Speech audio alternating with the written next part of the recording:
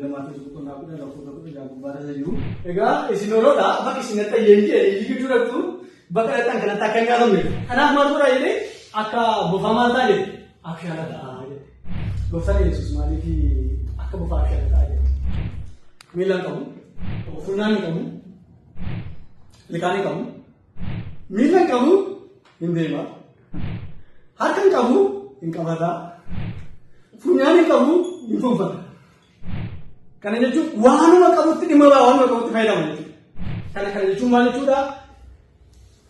Miila qabu jettee abdii kutattee taa'ee. Harka qabu jettee waan akka qabdu fannitti seerri qabuun isinii. Kana jechuun waan qabdu fooqechaanii jiraatan isin hoolota bakki isin dhaqaa jirtan immoo yeeyyoota gidduudha. Yeeyyoota gidduu dhaabachuu dhaqaa jirtu. Kanaaf maal hin ta'inaa abdiin kutatinaa jechaanii jira. Dhaggeeffamni? Miila qabu jettanii iddoo tokko hin taa'inaa. Garuu waan qabutti dhimma ba'a. Akka funyaan hin qabneef fuunfachuu dhiisuu qaba tokko. Garuu maal arraba isaa fayyadamee fuunfata. Waan bineensi kaan hundumaa godha. Dhaggeeffamni? Kana gaafa jiru gooftaan Yesuus abshaala akka bofa abshaala ta'a gaafa inni jedhuuni dhoksaa guddaan inni itti maa jiru ogummaa barsiisaa jiru. Abdiin kutatinaa. Isin hoolota kan isin marsanii jiran yeeyyiidha. Yeeyyiin kun isin nyaachuu barbaada. Isin dhabamsiisuu isin balleessuu barbaada. Isin maal ta'a jedhanii maal ta'a jechaa jira? Dammaqoo ta'a. Dammaqa haala kisiiftan beekaa. Hin liqinfaminaa kanaan hin nyaataminaa jechuudha jechaa jira. Ana bartuu har'aatiin immoo maal jedha gooftaan siin maal jedha gooftaan Yesuus beektu? Haala mijataan eeggatee. Humna qabduun socho'ii jedha. Haala mijataa eegganna taanaan lallabuufis yeroon hin jiru. Waanuma barbaanne, waanuma yaanne, waanuma bira ga'uu barbaanne sana gochuuf yeroo hin qabu. Humnaan dhabinaa, mogolanis hin bu'inii, irraafaminaa. Abshaalummaan isinitti maal jiru? Isa obboleessatti kee obboleettiin kaatii wal balleessan sana miti. Abshaala jechuun nama waan keessa jiruuf waan itti deemu beekudha. Har'a maal keessa jira? Bor maalitti deemaa jira? Haadha maaltu jira? Bor maaltu jira kan jedhu kan biraa? Eenyummaa fayyaa buleessa nama qabudha. Eenyummaa fayyaa buleessa gaafa jennu waaqayyo wajjin nagaa, hawaasa wajjin jiraatu wajjin nagaa. Inni kan biraan lammaffaan of gatee ta'u. Tuweenyi fooraa horii ofii. Bineensonni kan muraasa hin nyaata jedhama. Saatii digdamii afurii waan naannoo sana ta'u beeku. Gaafa ciisu bineensota kaan keessa gaafa ciisu akkasii bara manamee akkasitti ciisa. Sababii isaa maaliif beektu? Haala naannoo jiru eegaa jira. Lafaa jira garuu maal gochaa jira? Of eegaa jira. Gooftaan Yesuus akka bofaa abshaala ta'aa gaafa itti jiru maal itti jechuu barbaade beektu? Isin hoolota bakki isin jettan sun yeeyyiidha. Rabnaan hin nyaatamu. Ofii amala isaa keessatti ofaareessa. Waggaatti marsaa lamaan gaafa ofaareessa jira. Luqqifata bofaa jechuun kan bofti keessa jiru jechuudha. Bofuma fakkaata. Bineensonni kaan eenyummaa ofaareessuu hin qaban.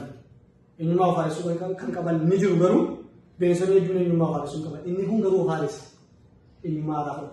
Namni kaleessa wajjin fiigee karaatti yoo reebe yookiin yoo rukute yoo madeesse taateen ta'e wayii yoo irratti ta'e gogaa madaa sana keessaa ba'a. Eenyummaa kaleessatti miidhame keessaa ba'a. Dirmamuu kaleessaa keessaa ba'a. Bofa kaleessa reebdanii sin harkaa ba'e guyyaa sadii afur booda yookiin ji'a tokko lamaa booda yoo agartanii eenyummaa haaraa qaba. Gooftaan Yesuus akka bofa abshaala ta'aa gaafa ittiin jiru maal jechuun barbaada beektu? Eenyummaa kaleessaa keessaa ba'a jechuun barbaada. Kaleessa jecha namaa gara hamteetti ta'uu danda'a. Kaleessa wanti mogolee si mudatee ta'uu danda'a. Isa keessa hin jiraatina jechuudha karaadha. Gooftaan nama gargaara. Maa kana qofatti isin gaafa yoo isa keessa maluuta hedduu qaba. Mataa isaan laata. Hamma dhumaatti mataa laata. Immoo gaafa namni itti yaadee mataa rukutuuf gaafa inni dhaqu kutaalee qaama isaa garagaraa kenna. Hamma dhumaatti mataa laata. Reebamee hamma dhumarra ga'utti mataa laata. Gaawwiin isaa maaliif beektu? Yoo eegee rukuttanii inni boqa eegee haaraa fudhatee dhufa waan ta'eef. Mataa tokko tamnaan garuu jijjiirraa qaba. Ani sana jaabee isin hin dhiifne. Hamma dhumaatti abdiin kutamu kana hin beektu. Ajjeesanii kaanii lafatti dhiisanii deeman. Sababiin isaa maaliif? Biyyoo nyaatee qaba. Ajjeesanii kaanii muka jiidhaa godhanii deeman. Sababiin isaa maaliif? Muka jiidhaa sanarraa waan qabu.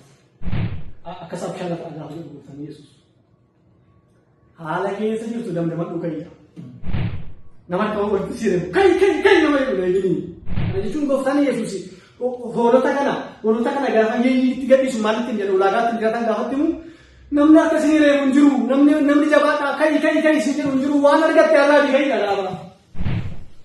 Hada kes je tu dam tu kai ya. Gafa rabu matasan abe tu rafa jangan ni. Gafa halit tu fasan fumo matasan apa kes sih. Mataran kita awal cuci, mataran itu awal cuci.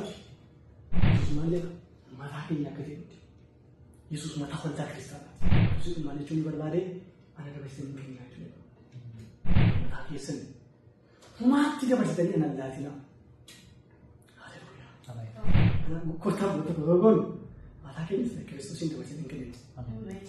Mata Kristen itu tinjauan. Actually mana cara?